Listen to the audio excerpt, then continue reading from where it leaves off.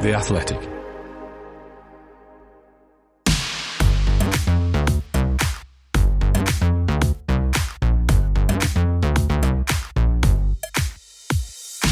Hello and welcome to Aramco F1 Focus, the podcast that aims to get you thinking about Grand Prix racing that little bit differently. I'm Tim Silvey, the captain of this good ship Focus, and joining me from overseas are my trusty shipmates Alex Brundle and Sean Virtual Statman Kelly. Thank you, producer Johnny, for that wonderful bit of writing on the intro. Sean, I mentioned you're overseas. How's the jet lag? Do you even know what time zone you're in today? I know it's still 2023, although I did disappear recently into an alternate universe where Red Bull were not the quickest car. Yes, weird that. A lot of us did. Strange. And Alex, what about you? I too am in Japan, where theoretically a Grand Prix will occur. At least I hope it will, otherwise I've wasted a lot of time. Great stuff. And we've got the first in a trio of interviews with Aston Martin Performance Director Tom McCullough in our Aramco Focus. Well, we may all be on different time zones, but it's time for us to synchronise watches and get into some serious F1 chat as we head into Focus number 1.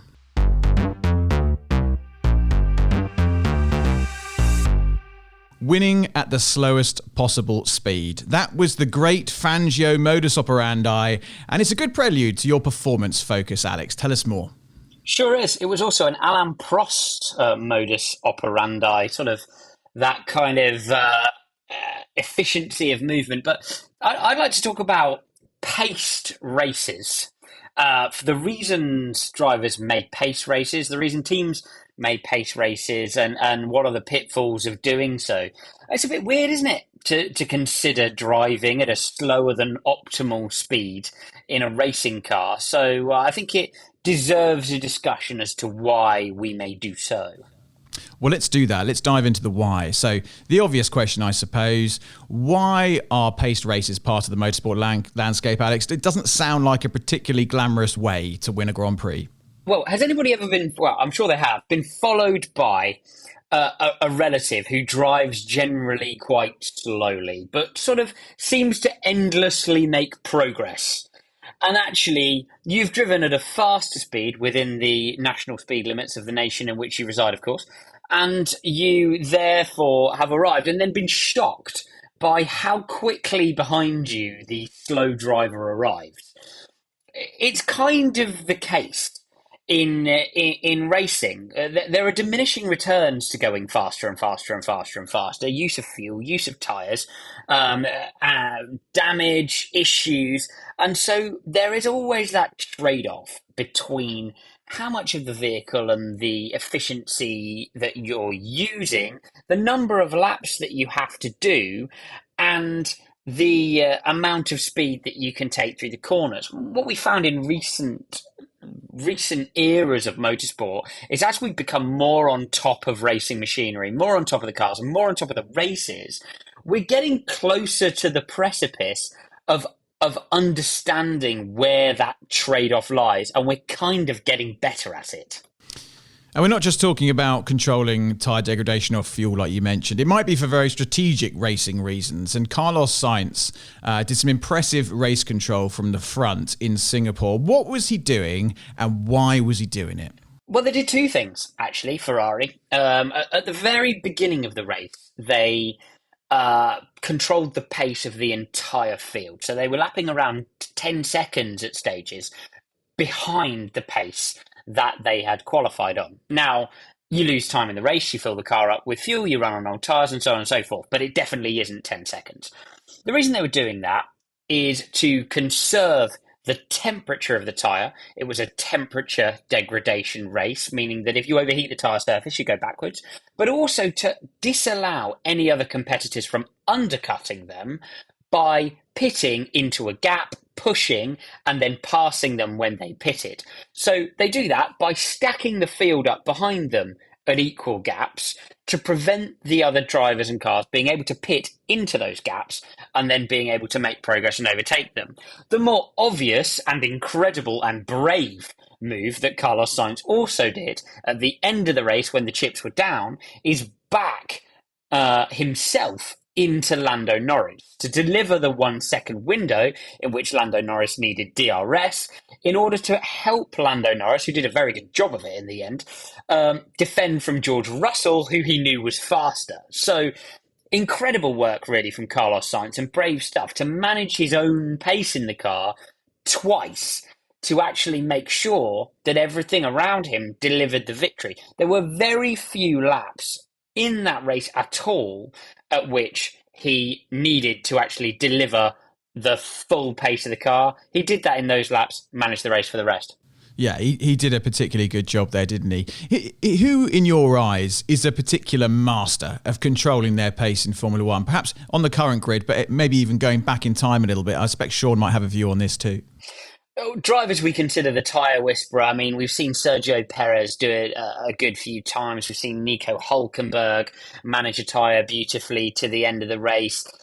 Your old hands tend to be the ones who can really, really do it and really understand it. In the same way, the younger drivers are incredible with the energy systems of the cars, the management of their all of the things that you could change within the car, diff settings, deployment, regeneration, etc.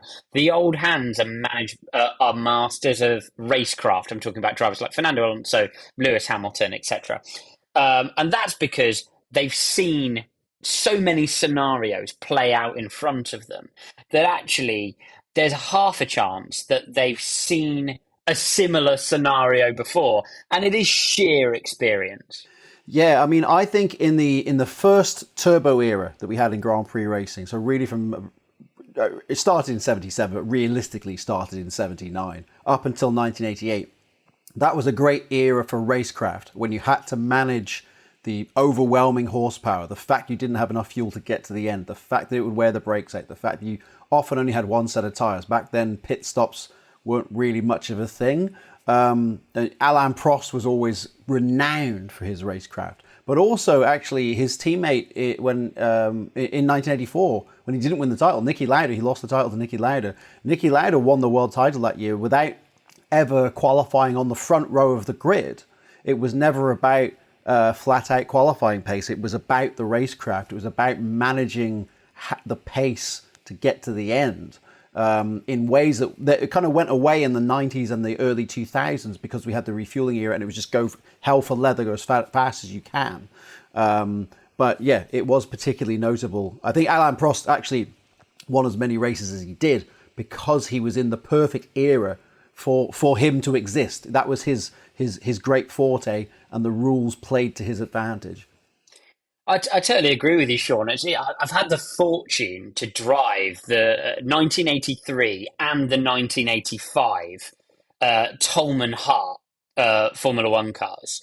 And there are two gauges on the steering wheel that are bigger than everything else, and one control on the dashboard that's bigger than everything else. The two gauges are manifold pressure and fuel. And the control that's bigger than everything else is the boost pressure gauge, which tells you everything about the racing through that era.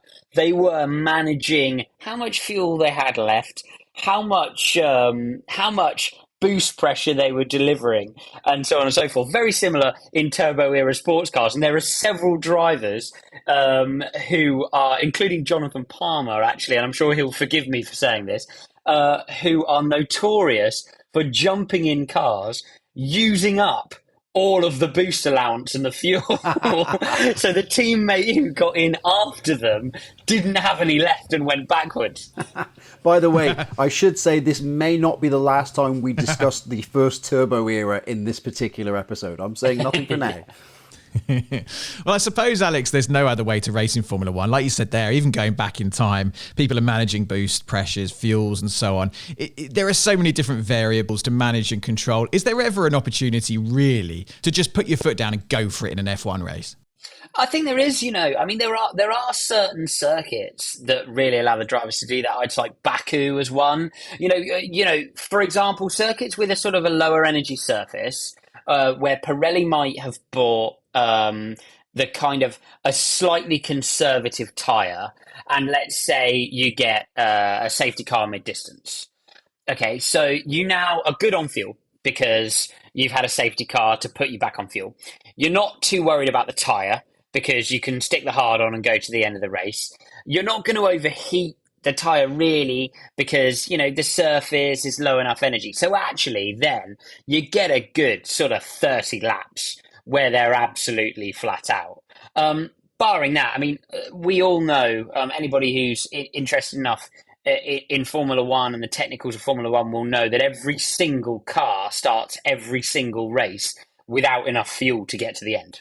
And that's because the teams underfill them with the view that they're not going to use the full amount of fuel, so why carry it at the start of the race? So that should give you a feel for just how much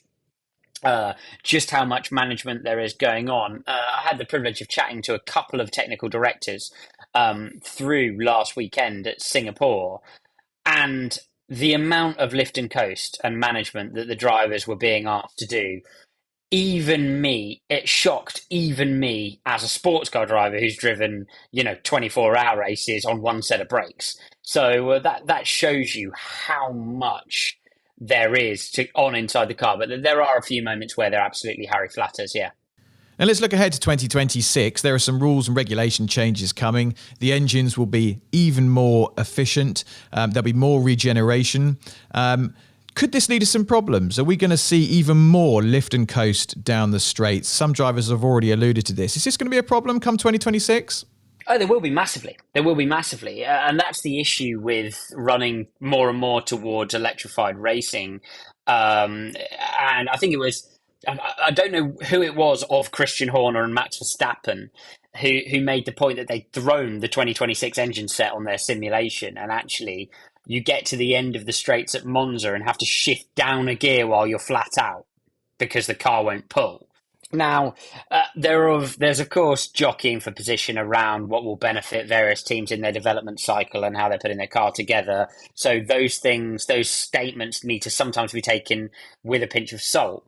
But as we move into a world where motorsport I'm not sure you can ever say there's entirely, ecological, sustainable sport, even, let alone motorsport, because the only truly entirely non-environmentally affecting way to do any sport is to not do it. As soon as you turn the lights on, you're using energy.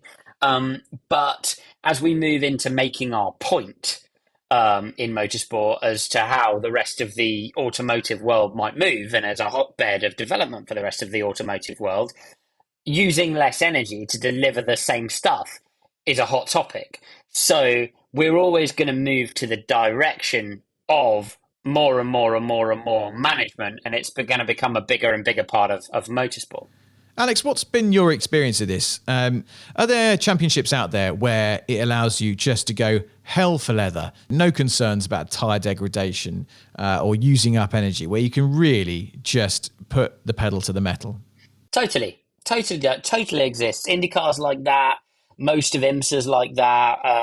My anecdotally, NASCAR is decently like that. I know there's a bit of saving to do tyre wise on the ovals. So yeah, I consider it an American way of racing. You get a harder tyre compound and you go for it. So that's happening all over the motorsport world. British touring cars is like that. So is V8 supercars or supercars.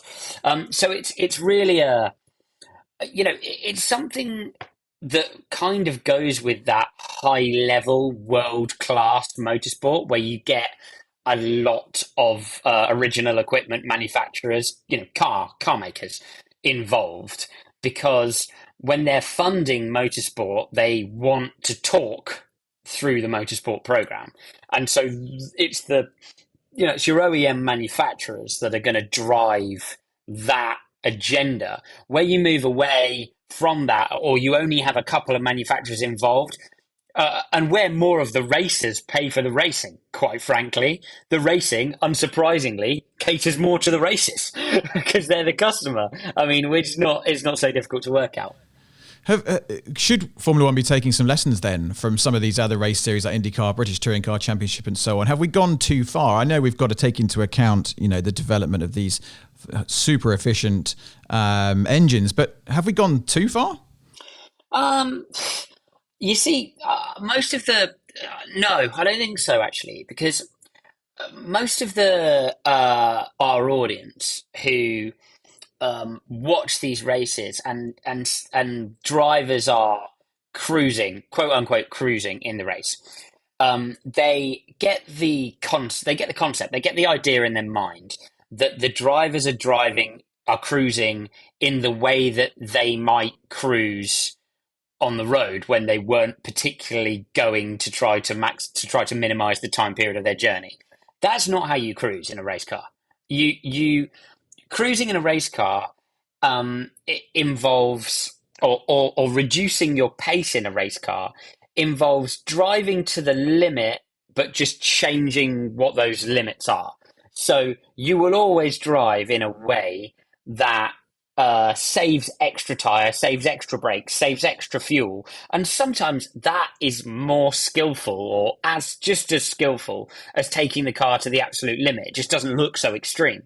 So as a driver, I love watching pace managed races because it's genius.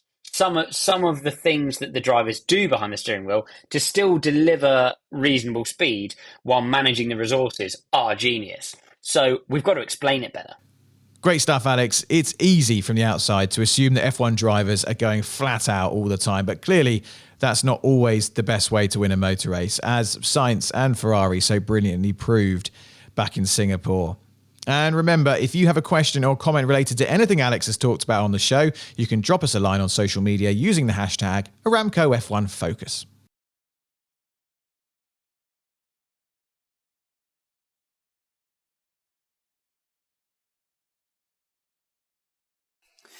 Well, I began the weekend in Singapore by making a presentation for some of Red Bull's sponsors, and I think that they had settled into the idea that winning was a guaranteed thing every weekend. And I finished the presentation by outlining everything that's gone before. 15 consecutive wins, Verstappen winning 10 in a row, doesn't mean anything for this weekend. You start from a clean sheet of paper and you have to execute everything and get everything right. And they felt like I was being a bit of a sort of a Debbie Downer, like that it wasn't going to make any difference, everything's going to be great. And of course, what happened? Red Bull caught with their pants down, out in Q2, ended a winning streak and had one of the most incredibly mediocre weekends for an otherwise completely dominant team that we've ever seen. I mean, bear in mind, Verstappen had 10 in a row. He'd tied Michael Schumacher, 15 consecutive top 2 finishes. They'd won every Grand Prix, and then they end up with both cars out in Q2. Not only is that the first time that's happened since 2018, but I look back in the record books, it was the first time it had happened purely involved with pace for 15 years to Red Bull. Not since the end of 2008 had they been so uncompetitive. So that has to be one of the oddest performances that we have ever seen from an otherwise dominant team in championship history. Now let's dissect that a little bit further. What was it that led to Red Bull starting to see cars pass them in Singapore? It was so unusual to see a McLaren, a Mercedes, and other cars passing the Red Bull. What on earth happened? Well, that's probably more a question for Alex than it is for myself. All I can do is say in hindsight that it stands among the list of anomalous Grand Prix performances that we've seen. And in fact, in terms of a title-winning team being completely mediocre, there was actually another example in Singapore, and that was a few years ago, and that was the Mercedes team. So they're in good company, at least, in that department. Mercedes actually, back in 2015, when Lewis Hamilton won his second consecutive world title, Mercedes had 12 1-2 finishes that season. 12 1-2 finishes. That's a record for a single season. They locked out the front row that season 15 times. 15 front row lockouts that year. And in Singapore that year, Hamilton qualified 5th, Rosberg qualified 6th, and they didn't finish on the podium. It was very, very, very similar to what Red Bull went through in the Singapore Grand Prix this year. In fact, I even put it in the broadcaster notes for Saturday. I'd even said, hey, based on the data we're looking at on Friday, this looks very similar to Mercedes in 2015. And I don't know whether it's too many Singapore slings. I don't know. Maybe Alex can cast some insight. Is there something about that racetrack that lends itself to outlying performances? I mean, I don't know. What do you think, Alex? Yeah, there is. It's weird. It's a very weird track. What it is a very weird track that doesn't look like a very weird track. So I was going to ask you actually, if there are other racetracks that are so statistically anomalous. But for example, Monaco is a weird track, but looks like a weird track. It's very slow, very short. Monza, again, another weird track, looks like a weird track. It's very fast. There aren't many corners.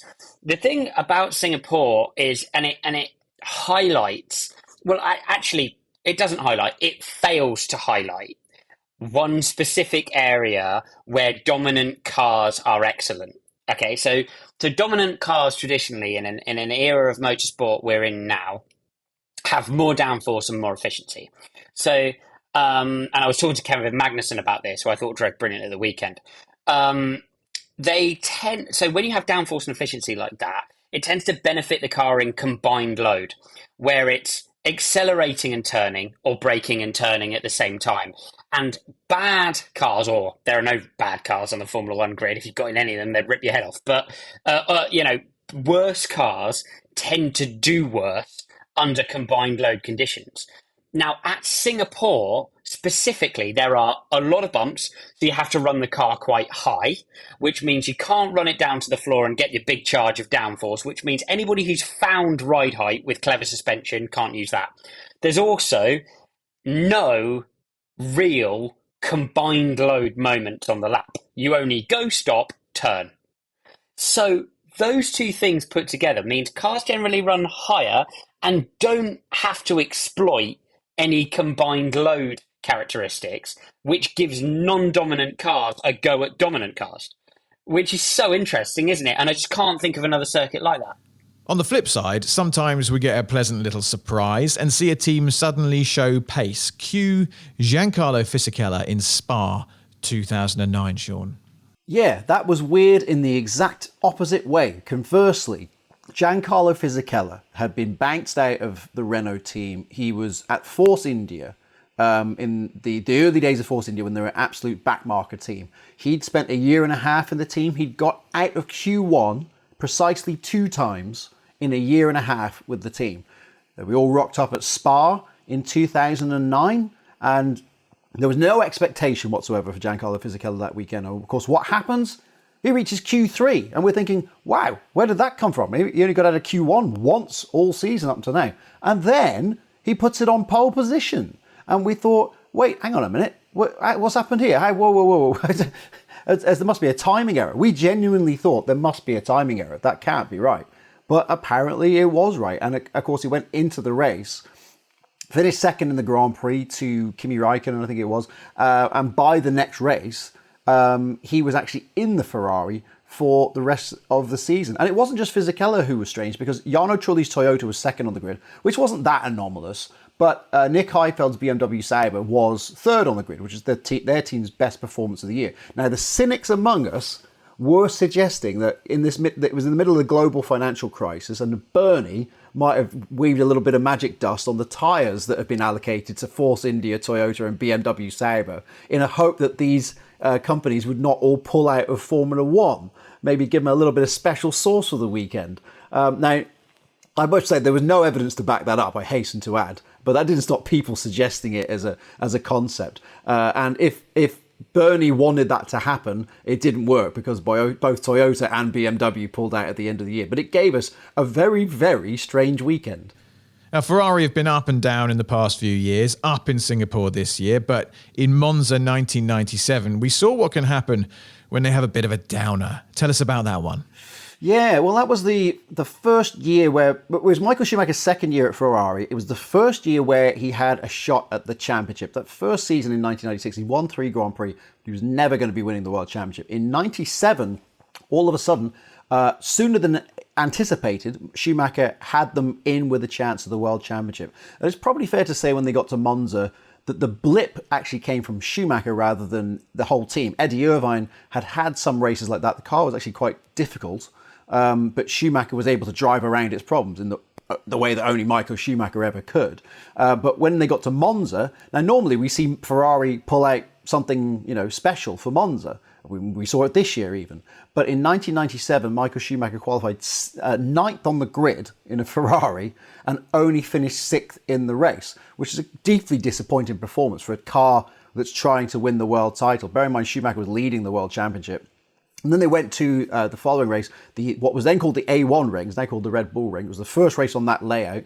And he recorded the exact same result, while his championship rival Jacques Villeneuve was winning the race. And that allowed Jacques Villeneuve back into contention. And even though Schumacher returned to his normal level of form after that, there was this very strange blip of a couple of weeks where Ferrari were completely mediocre. And it could be said that had that not happened, we wouldn't have had Jerez 97, Schumacher driving into Villeneuve and all that. That would never have come to pass because Villeneuve would have already lost the championship to Schumacher without those results. Let's go back a little bit further, Sean. You've got something on Johnny Herbert in 1994. Tell us all about that one.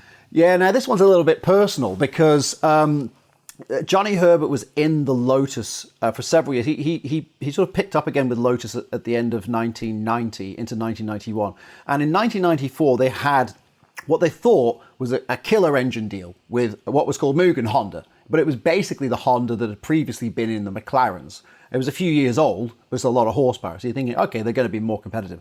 It was terrible. I mean, he didn't qualify higher than 15th. In Hungary, he was 24th on the grid out of 28 cars that had entered. It was a terrible car. But Mugen Honda came up with a brand new engine, which was much lighter and fitted the car a lot better. They put it in. It was great in testing. Herbert had the engine. Alex Zanardi did not have the engine at Monza, so only one Lotus had it. Herbert qualified fourth on the grid at Monza. And all of a sudden, we're thinking, oh, Lotus are back. Wow, this is the tonic that Johnny Herbert needed in his career. At the start of the race, Eddie Irvine ran into the back of him, spun him round, damaged the diffuser. There was a red flag. When they got the car back to the pits, they said, we're going to have to run the spare car. We can't fix it in time. The spare car had the old engine. It blew up after like 10 laps. And then Herbert went to the next race with this new engine, qualified something like 20th.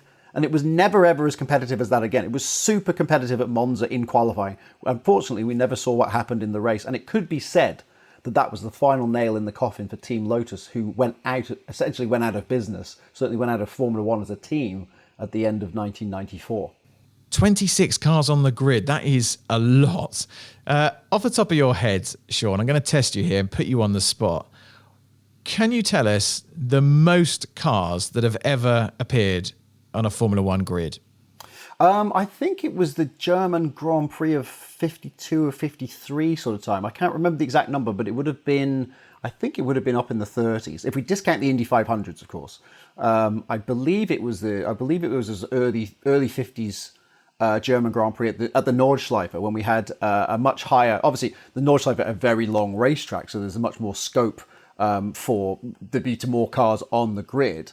Okay, at this point, I'm actually going to look this up because I want to see how many cars were actually on the grid back then. We had 32 cars on the grid in the 1952 German Grand Prix, and let's have a look for 53. It was 34 cars on the grid in 53. I think that's the highest number off the top of my head. Answers on a postcard if you know better. Then there's the downright odd Nelson Piquet, the original one, going from Detroit, then on to Canada with drastically different results, Sean.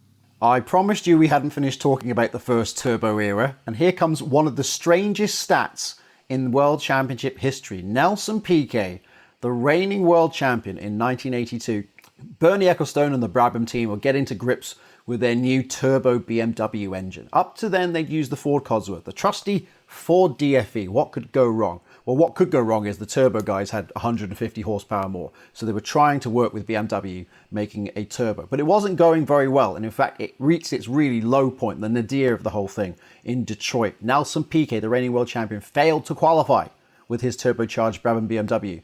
Now, at that stage, Brabham and Bernie Ecclestone were thinking of just ditching the BMW and going back to Ford for the time being. And I think BMW had said, if they do that, we're cancelling the whole deal. So my the timeline's sketchy in my head. I probably should have done more research before I came on the air. But what happened was there was a compromise where they ran one BMW car and one Ford Cosworth car. So Riccardo Patrese had the Ford Cosworth car. Now, the next week in Montreal, what happens? Nelson Piquet goes from non-qualification 1 week for Detroit to winning the race for Brabham BMW in Montreal, BMW's first Grand Prix victory. And furthermore, and this is the bit that's really weird, his teammate Riccardo Patrese finished second. And that means that Brabham achieved the distinction of being a team recording a 1-2 finish in the same race with two different engine suppliers. How weird is that?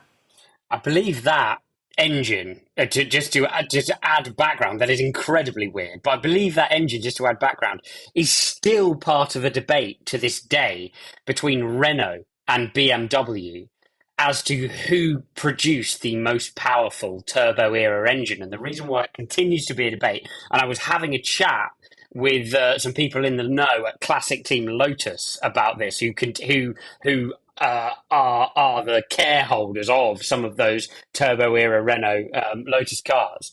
And the reason why it continues to a debate is those two engines both broke every single dyno they ever put them on. So nobody actually knows how much power they really produced. And we can probably throw Honda in as well, just for fun, because as I understand it, the needle on the dynamometer for Honda only went up to 1,000 horsepower, and they said they hit that at some point in early 1985. They hit that, and after that, they never knew exactly how much horsepower the car was getting. Sean, give us a couple more quick fire, very good and very bad. Well, back in 1979, Ligier seemed to be the fastest team at the beginning of the season. Jacques Lafitte won the first couple of races in 1979.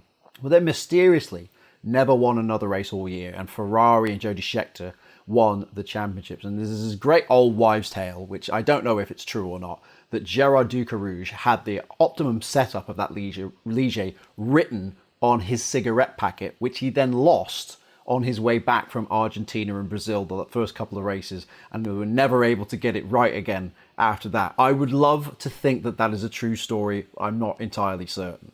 And also, one of the greatest cars in history, the Lotus 72. It won 20 Grand Prix, I think, in its time, in its various specifications. When it made its debut at Jarama in 1970, the drivers, Jochen Rindt and John Miles, didn't like the car at all. It just wasn't working for them. And so much so that Colin Chapman basically withdrew the car and they went back to the Lotus 49 for the Monaco Grand Prix. Now, that was the race famously that Jochen Rindt won it by passing Jack Brabham at the last corner of the last lap when Jack Brabham slid into the hay bales. So Jochen Rindt won that race. The 72 then came back and Jochen drove it in C specification. So they'd already gone from the A specification through B specification into C specification. And then he reeled off 4 consecutive races before, of course, his fatal accident made him the first posthumous champion after Monza. But the Lotus 72 actually could have been an absolute disaster if they just pulled it and never gone back to it. Everyone would have said it was a very, very big failure. And just to tag that, if you want to get really nerdy about it, the idea of having the side pods, the radiators on the side of the car, had previously been seen in the early 1960s when Keith Green used it in the Aintree 200, I think in like 1962. And that was withdrawn after one race as well, because people said, this doesn't work, this is a stupid concept. Only Colin Chapman could go back to it and go, you know what, I reckon there might be more to this. Maybe Formula One cars would be very different looking if Colin Chapman had not been so stubborn about it. Well, Formula One cars would be very different looking without Colin Chapman generally. It's my understanding certainly the Lotus guys will tell you they basically invented ground effect from that concept, and twin chassis they tried. That 72, I have seen it in E specification, and what a thing it really is. Absolutely brilliant car. Absolutely gorgeous. Excellent stuff. Thank you, Sean. It just goes to show that even the best can have a day off from time to time, proving once again the fine margins in this sport.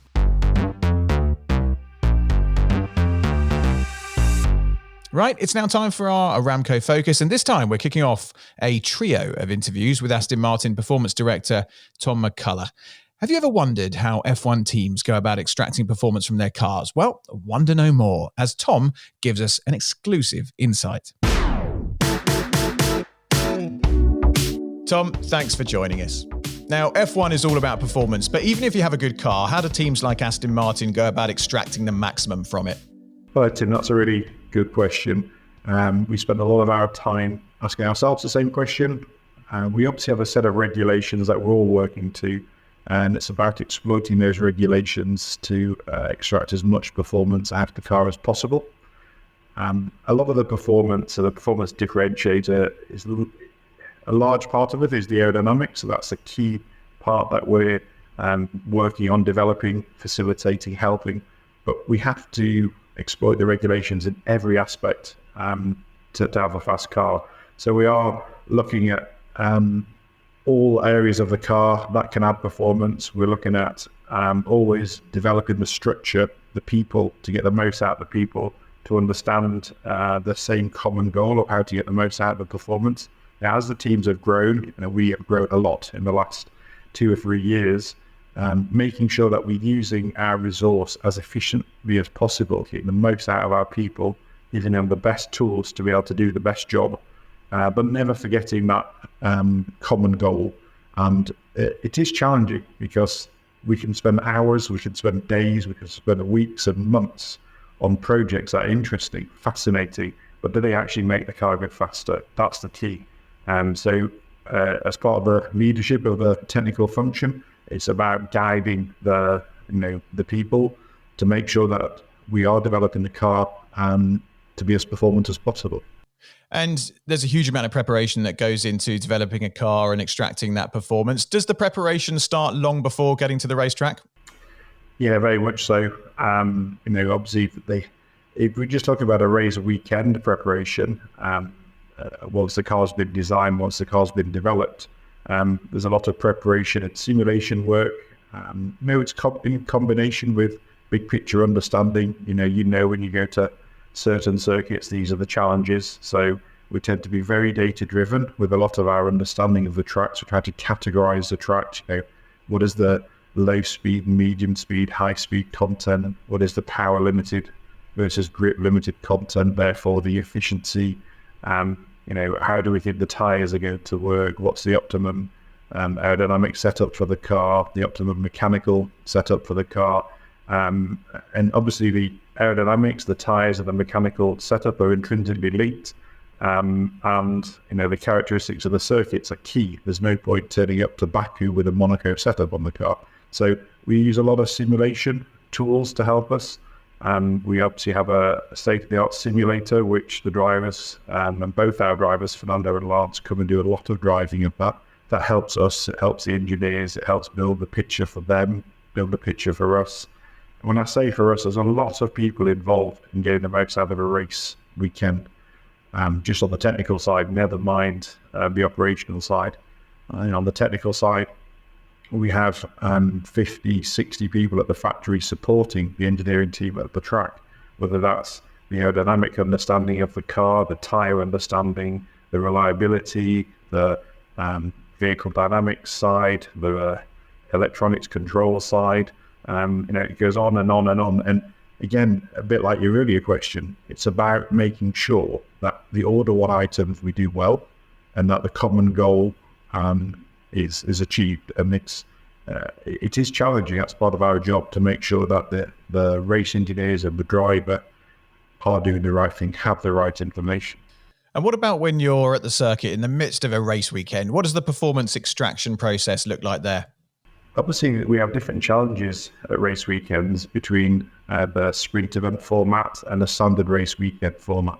For sure, from an engineering side, a standard race weekend is a lot easier. 3 practice sessions to be able to fine-tune the car, both from a low fuel qualifying performance side and crucially from the high fuel long run performance side as well. So we have such little testing nowadays, so we're often doing a lot of testing in free practice one. That's nearly always for more future car development and performance, whether it's aerodynamic rates or a new mechanical system on the car or a new way of using the tires. So we tend to use free practice one when the track's dirty, not as useful to understand at the race weekend, to gather data. And we're very, very data driven. Understanding the actual car on track is key to us extracting the most out of the car the weekend but it's also key to us developing the car. So free practice 1 really for me is a test session, gathering all that data, getting a bit of a baseline understanding of the balance and the setup needed for that weekend. Free practice 2, the most significant of the practice sessions, because it's often the track temperature, the conditions, also the track's improved a bit because it's been used, very similar to qualifying and the race. So we tend to do some performance running, some high fuel running. When we go run the car, the first thing we do is correlate that data to our expectation. So we've done endless simulations to understand all the main areas of the car. When we go run the car, does it do what we're expecting? Are the drivers got the confidence, the stability, the balance, the performance, that characteristic of track? Is it correct? And then fine tune during the session, but it's only an hour-long session now. We used to have hour-and-a-half sessions, which were a lot easier from an engineering side. Well, now it's bang, bang, bang. The minute you have a yellow flag or a red flag, that often get to the end of a Friday 1 hour session. I think I've got a lot of data there. So they're the times you're really relying on your simulation tools. But when we start working at the end of free practice 2, we come off the pit wall, we go back into the office. It's like the second day starts. We're debriefing, we're understanding, we're having a lot of meetings with people back at the factory. We have the operational curfew now, so at one point we have to stop working at the track, but that doesn't mean the work stops for all the people back at the factory. Unfortunately for them, they're often crunching the numbers, and when we turn up free practice prior to free practice 3 on a Saturday morning, we again have meetings going through all the analysis, all the understanding on how we then attack the rest of the weekend. That was Tom McCullough, Performance Director of the Aston Martin F1 team, and we'll have more from him on the next episode. Well, that's about it for this episode, but we'll be back with you again soon for more stats, more performance insights, and more F1 chat. In the meantime, be sure to like, follow, or subscribe to the Race F1 Tech Show podcast feed to ensure you never miss an episode of that podcast or this one. Alex, enjoy the rest of your trip. Thank you very much. I certainly will, and it's going to be good fun regarding another Grand Prix. And Sean, same to you. You must have enough air miles now to never have to pay for a flight ever again. Well, the good news is that at least I've done all my planning for this year, so I won't have to pay for another plane flight this year. Fingers crossed. Terrific stuff. Well, thank you both as ever for joining me. Until next time, it's goodbye from Alex. Goodbye. Goodbye from Sean. Bye for now. And goodbye from me. Goodbye.